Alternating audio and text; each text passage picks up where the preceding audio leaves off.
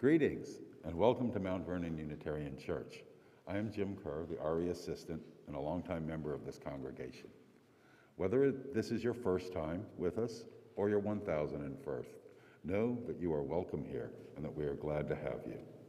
We are continuing to navigate how to best offer services during this time, and we are glad that we can provide this forum, both in person and virtual, to find comfort and recommit ourselves to the mission of supporting one another in our spiritual journeys, working for justice, caring for the earth, and building for the common good. We gather to recommit ourselves to dismantling systems of oppression and injustice. It is good to be together. We have a few announcements this morning. MVUC's annual meeting, which was originally scheduled for today, May 1st, is rescheduled. The new meeting date and time is Sunday, May 22nd at 5 p.m. Please mark your calendars and hold the date. Oh, I can do this. I can take this off, can't I? Next Saturday, May 7th, learn more about anti-racism work, especially the 8th principle, which would formally adopt anti-racist commitments for the Unitarian and Universalist Association. Paula Cole-Jones, a longtime activist in UU and community circles and the proposer of the 8th principle, hosts this virtual workshop from 9:30 a.m. to 1 p.m. Check the announcements for a Zoom link or call the office for more information. Next Sunday, we'll be celebrating our annual flower communion. We encourage everyone to bring flowers to the service in order to participate in this tradition. Please continue to look to your emails, phones, and MVUC's website for continued updates about worship and other church happenings. And know, if you are ever in need, your church staff is an email or phone call away. This morning, we celebrate our annual Lifespan Spiritual Growth Service, which is led by members of the LSG Council. Also, we are very pleased to feature members of our high school group in the service today. In the service, we'll honor our teachers, celebrate learning, and rejoice in the arrival of spring, which brings new growth. Lifespan Spiritual Growth is in bloom. I invite you now to take a deep breath with me as we enter into this time of worship.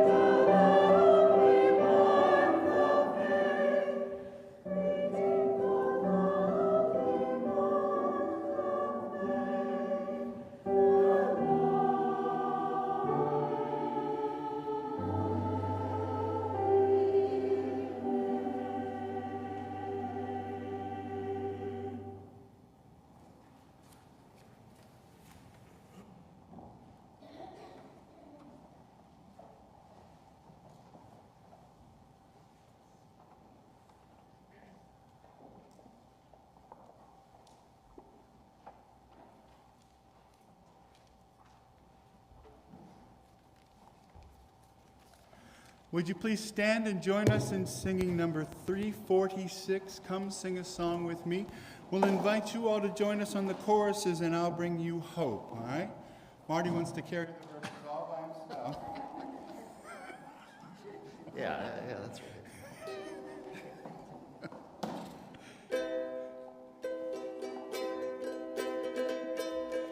Wait. Come sing a song with me. Come sing a song with me. Come sing a song with me, that I might know your mind. Please join us. And I'll bring you hope when hope is hard to find. And I'll bring a song of love and a rose in the winter time. Come dream a dream with me. Come dream a dream with me. Come dream a dream with me, that I might know your mind. And I'll bring you hope when hope is hard to find. And I'll bring a song of love and a rose in the winter time. Come walk in rain with me. Come walk in rain with me. Come walk in rain with me, that I might know your mind. And I'll bring you hope when hope is hard to find. And I'll bring a song of love and a rose in the winter time. Come share a rose with me. Come share a rose with me. Come share a rose with me, that I might know your mind. And I'll bring you hope when hope is hard to find. And I'll bring a song of love and a rose in the winter time. Nice job.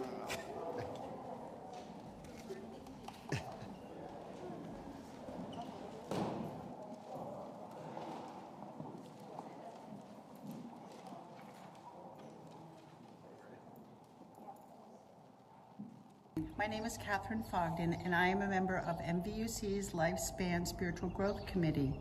Won't you join me as I recite the covenant of the Mount Vernon Unitarian Church? Love is the teaching of this church. The quest for truth is its daily task, and service is its prayer. To dwell together in peace, to seek knowledge and freedom, to serve life in community, to the end that all souls grow in harmony. This is our covenant with each and with all.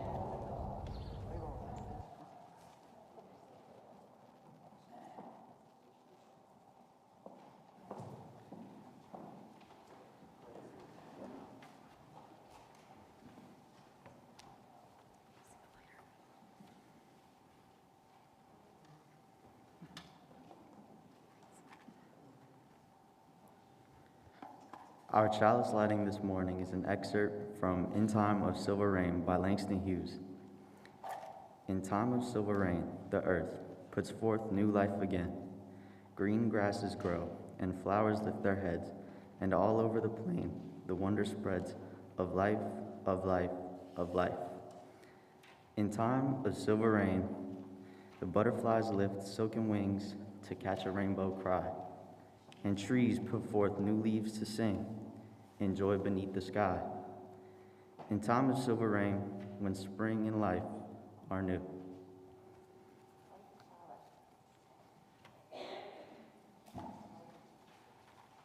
Sorry.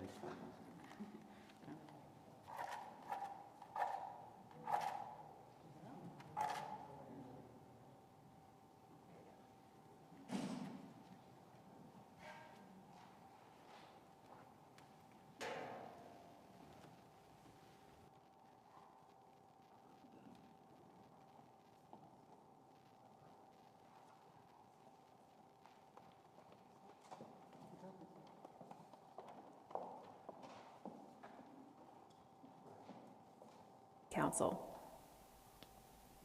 You Are Like a Seed by Mikan Madsen, illustrated by Alyssa Diasis. A seed is a tiny little miracle. Inside a seed is everything it will need to grow into exactly what it is meant to be. You are like a seed. Inside of you is every single thing you need to be exactly who you are meant to be.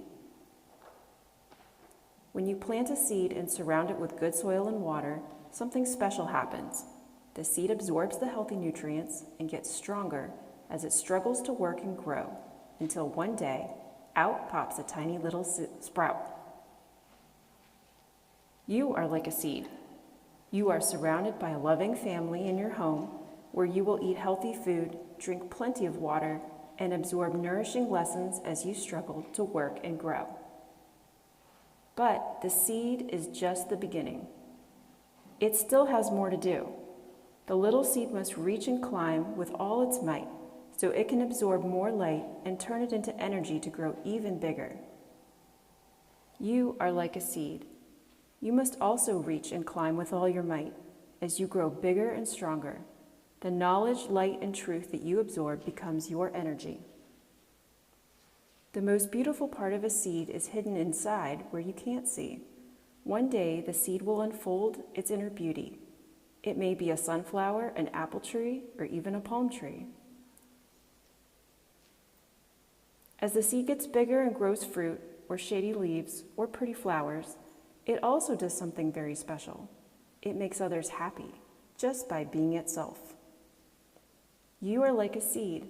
As you grow and your true self unfolds, you will also make others happy because you are also just being yourself. It's that simple.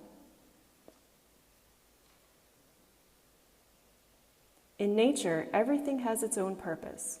A scratchy weed feeds an insect. A huckleberry bush grows fruit for a pie. A giant redwood tree has strong limbs to hold a nest.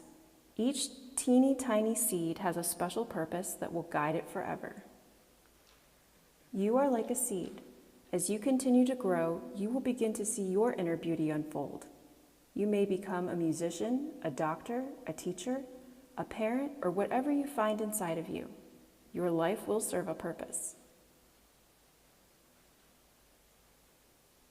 Each and every different seed makes the world a wonderful and exciting place because of its special purpose.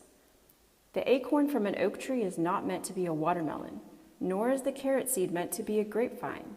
Just imagine what the world would be like if we never had a carrot or a grape seed.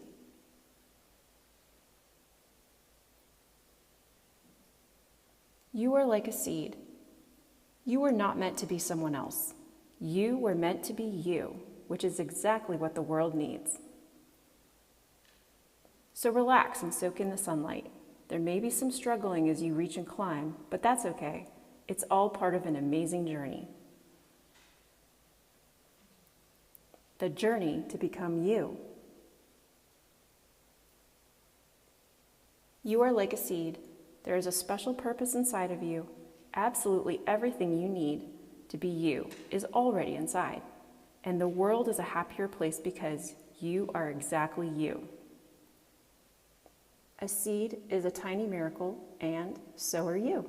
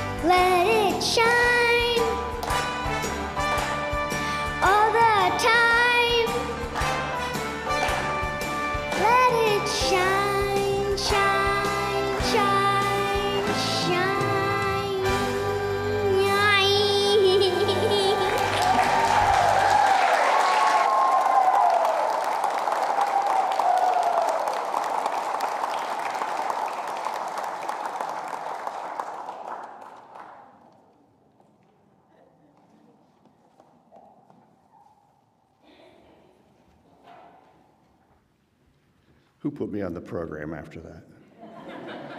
This is the time for our teacher appeal. But I thought I'd start off by telling you a kind of famous parable or story or old saying that if you want to be happy for an hour, take a nap. If you want to be happy for an evening, drink wine. If you want to be happy for a year, marry. I didn't write this old saying. But if you want to be happy for the rest of your life, give of your spirit to another. So this is more of an appeal to your self-interest. You learn a lot in these classes as a teacher, so if you volunteer to be one, I guarantee every time you do a lesson, you will probably learn as much as the students in the class do. That's not to say they don't learn anything. But every time, there's lots of little things in there. For example, in a recent video we were looking at for Our Whole Lives, they were talking about body image and what you could do to improve your self-esteem about all these different things, you know, to improve your feelings of goodness about yourself. And one of the things they mentioned in there was volunteering. Volunteering improves your self-esteem. It makes you feel better. It helps do good in the world. I will tell you that if you volunteer to be a teacher in our religious education program, you will increase your bonds with the youth of the church, with your fellow teachers and your members of the Lifespan Spiritual Growth Council like myself, as well as deeper connections with the faith itself. So this ends the appeal, but please consider joining our ranks as a volunteer religious education teacher, and I promise you will be amply rewarded.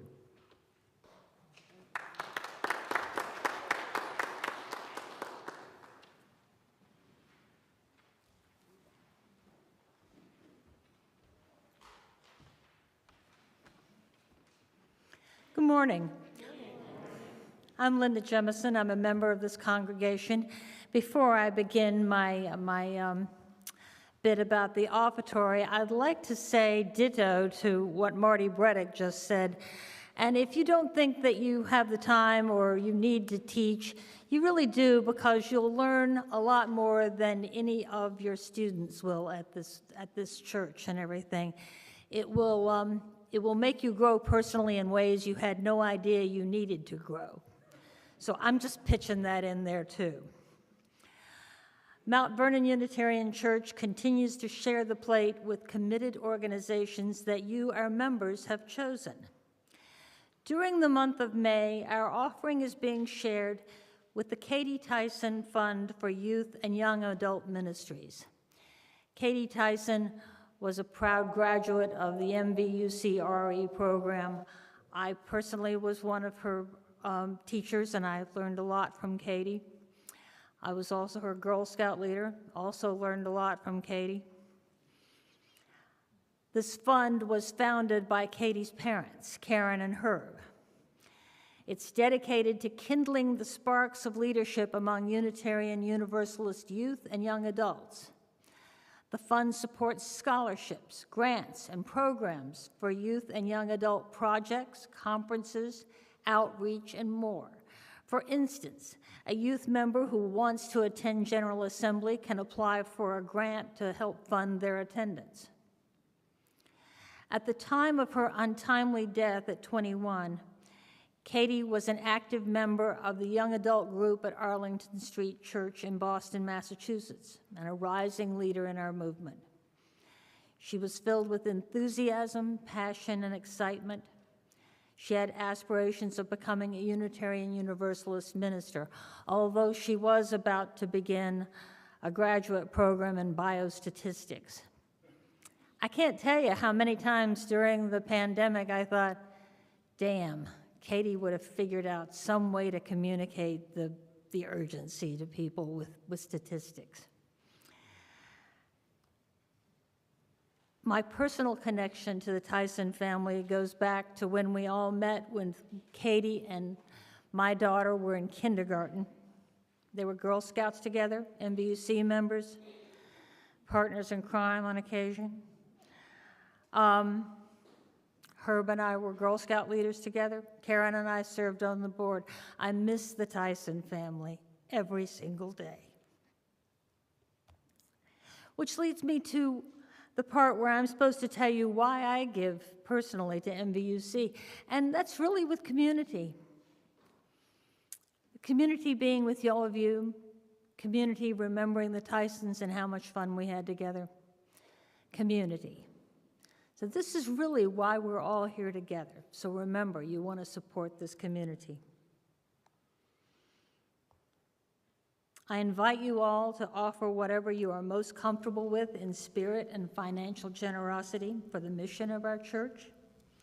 If you would like to write and mail a check for the offering, please make it to MVUC, and in the memo line, indicate how you would like it to be used. We are so grateful for your donation.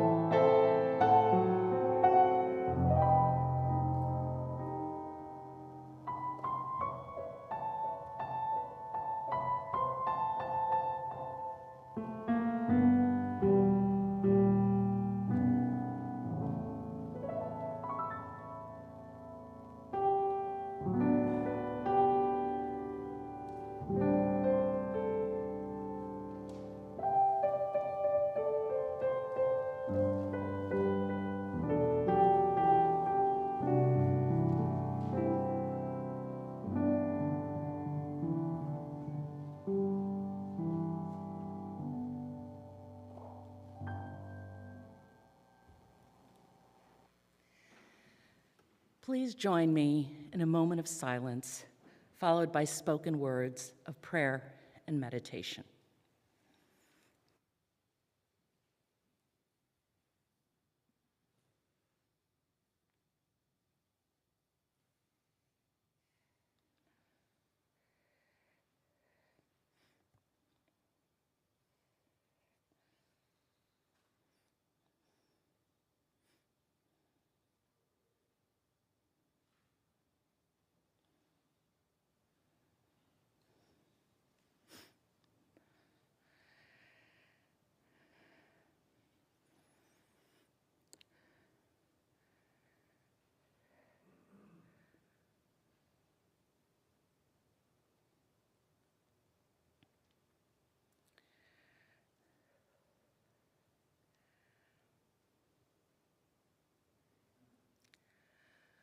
We are mindful this morning that this spring comes like no other, because it brings with it the beginning of the third year of COVID.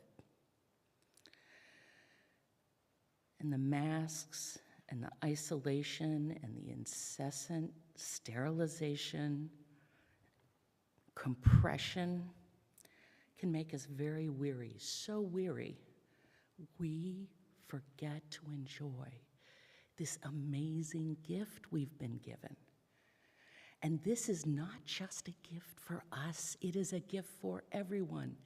Spring excludes no one. It is, in that sense, the most perfect universalist gift.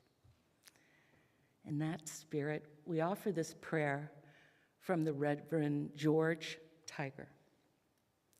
O power of springtime, spirit of green grasses and warm breezes, goddess of creativity, of birth, of life renewed, you sing all about us at this time. The birds call your sacred name. Buds burst forth with your vestment. The sun reaches higher into the sky, shining the light of this new day through the windows of your cathedral, this world.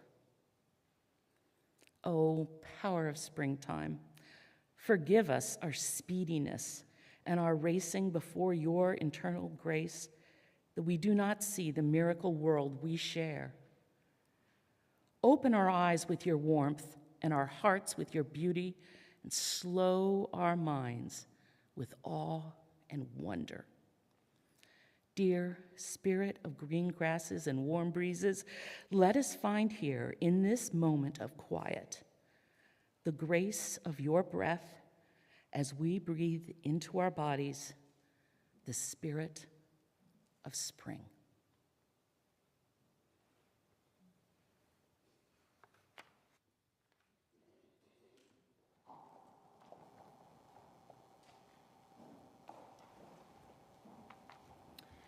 Would you please remain seated and join us in singing number 73, Chant for the Seasons. This piece will do the third line only, Spring.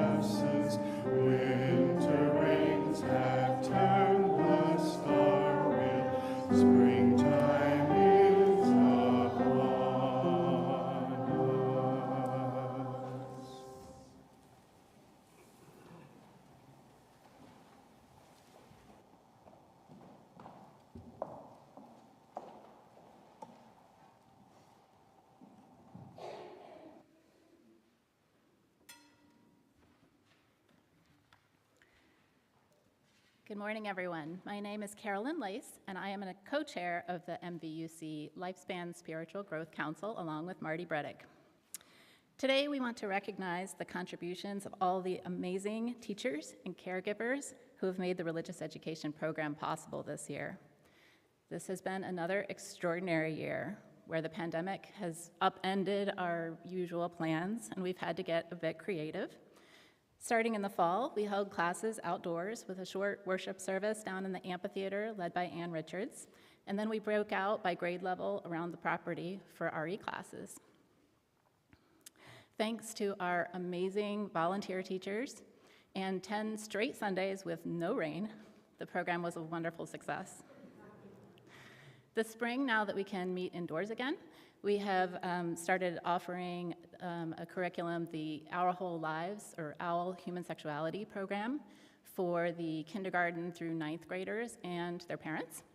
And the high schoolers are continuing with an RE program focusing on anti-racism. Again, the volunteer teachers are a mainstay of the program, and we so appreciate their help. Today, we want to recognize you and thank you for your generous gifts of time and talent. We're giving each of you healing aloe in lovely pots for the RE teachers and in owl containers for the owl teachers. First, we want to recognize our wonderful caregivers. I'd like to ask all the caregivers who are here today to come forward to receive this small symbol of our gratitude.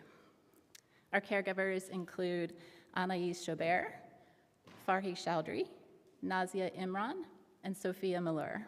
If you're here, please come forward.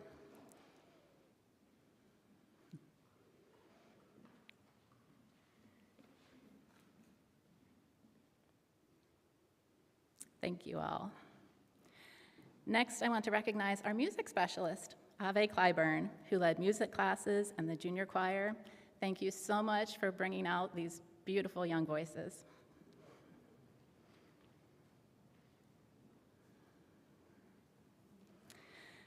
Next, we want to thank our RE teachers, which includes Donna Gold, Eva Absher-Shantz, Glenn Chappelle, Ian Sims, January Takach, Lori Connor, Nancy Hudson, Parker Collins, Kristen Reedy, Byron Peebles, who taught in the fall and spring, as did Nanette Davis. If any of you are here, please come forward.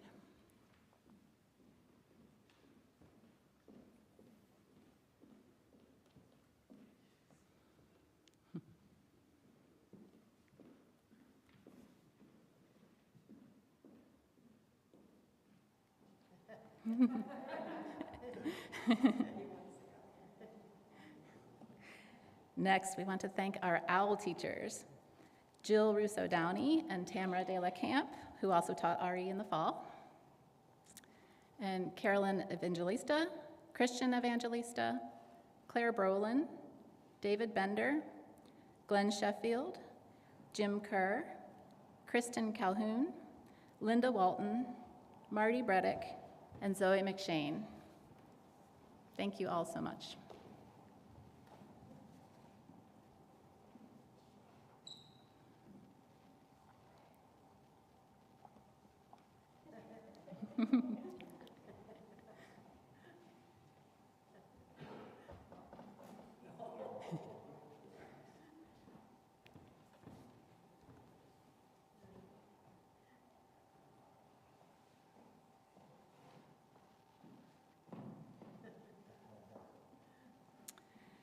Now, if you have taught children's RE at any time in the past, please stand and remain standing.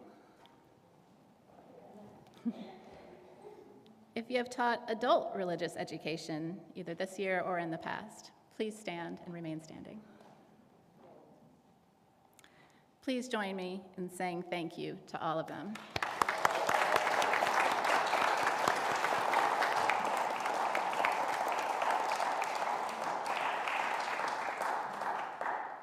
We would also like to acknowledge the service of the Lifespan Spiritual Growth Council. Any LSG council members, if you're here, please stand.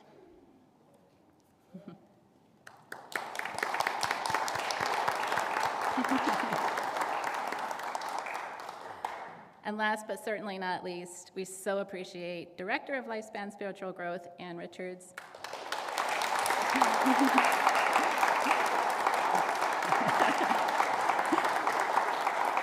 And RE Assistant, Jim Kerr.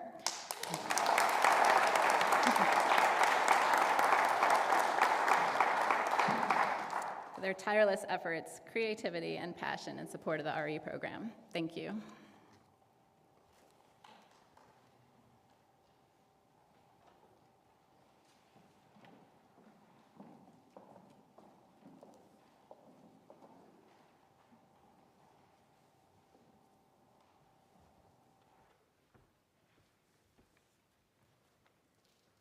My dad tried to teach me to ride a bike about 3 times.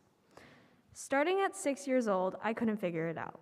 We spent hours outside day after day in the spring and into the late summer, me rolling down hills, trying to find my balance and push the pedals to move forward. I'd glide for maybe half a second and then drop. Eventually, my dad figured it was a useless pursuit. Then he died, and at 8 years old, I still couldn't ride a bike. My neighbors tried to help me, even my family friends. Still a hopeless case.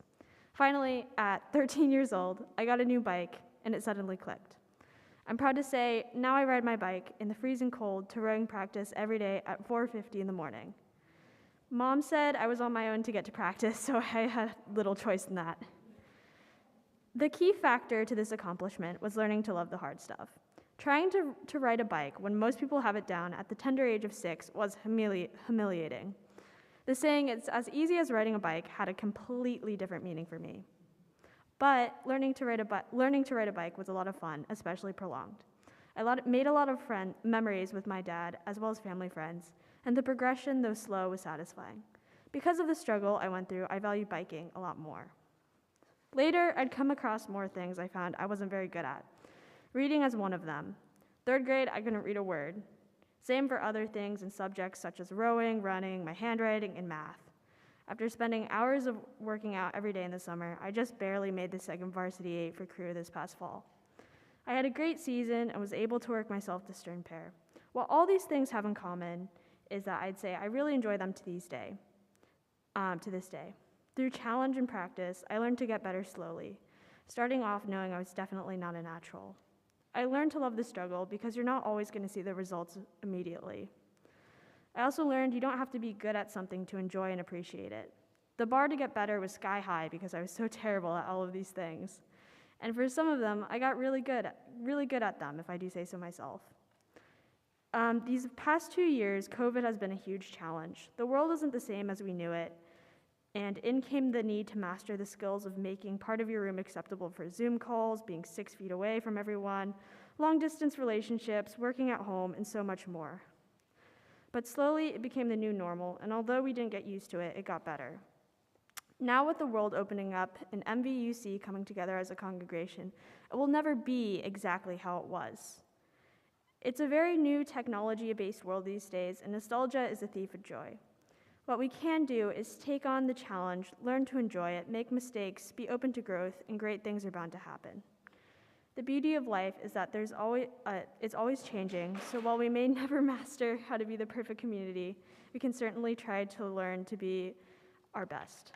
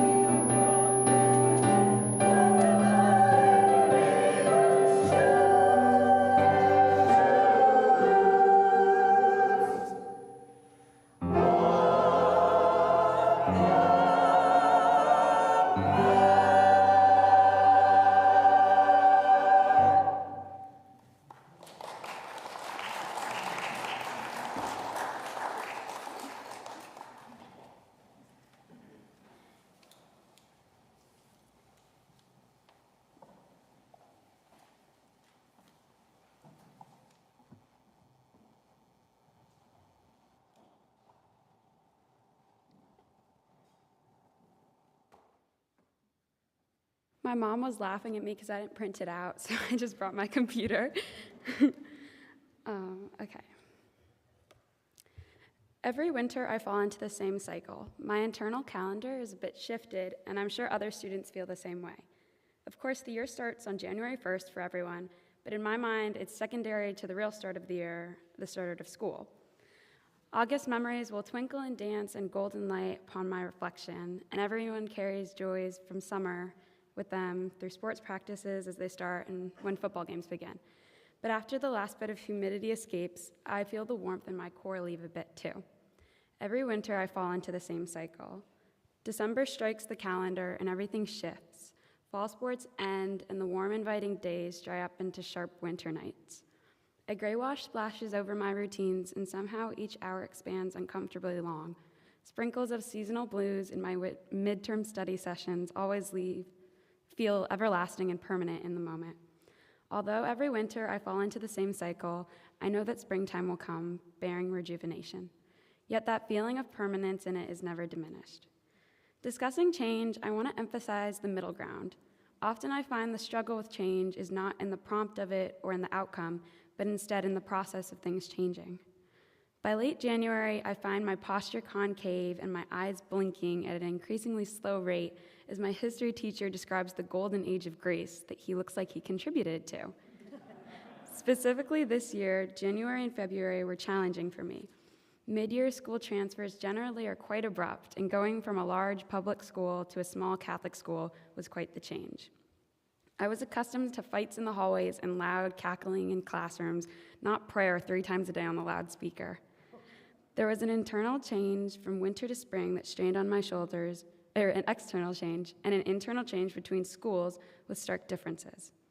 When I felt conflicted, lost, or discouraged, I talked to my mom. I'm so fortunate to have such a close bond to my mother. She has a beautiful capability of listening in ways that make me feel heard.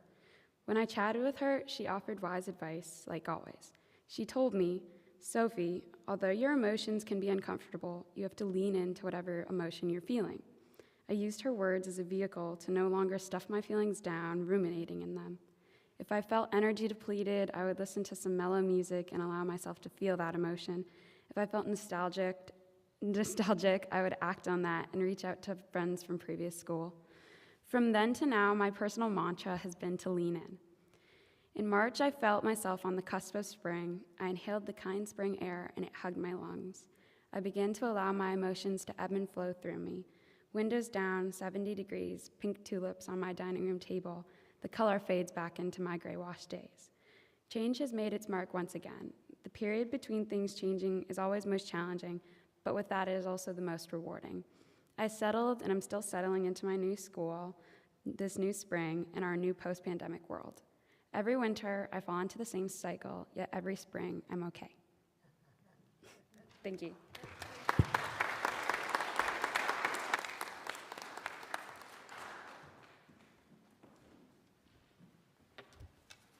Would you please stand and join us in singing number 44, We Sing of Golden Mornings. As you are willing and able for standing, sing out nice and loud. This is a great hymn.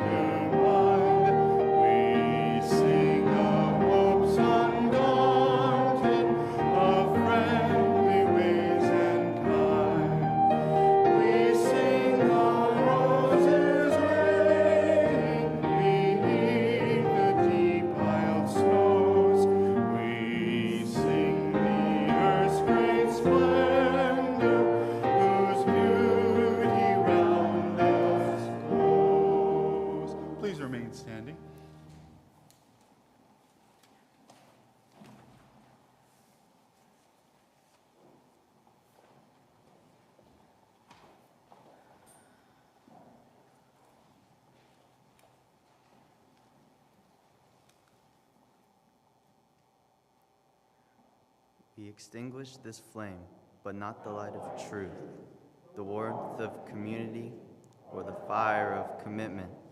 These we carry in our hearts until we are together again.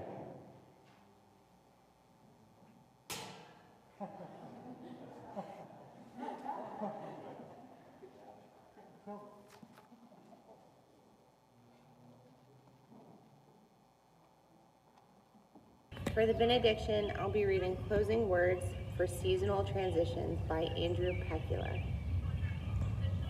May you know fully and deeply the blessings of each of your heart's seasons, the inward turning of winter, springtime's lush renewal, the effortless, steady growth of summer, and autumn's rich harvest. May your passage from season to season be blessed, eased by hands to hold and by the light of love to guide you on. May it be so.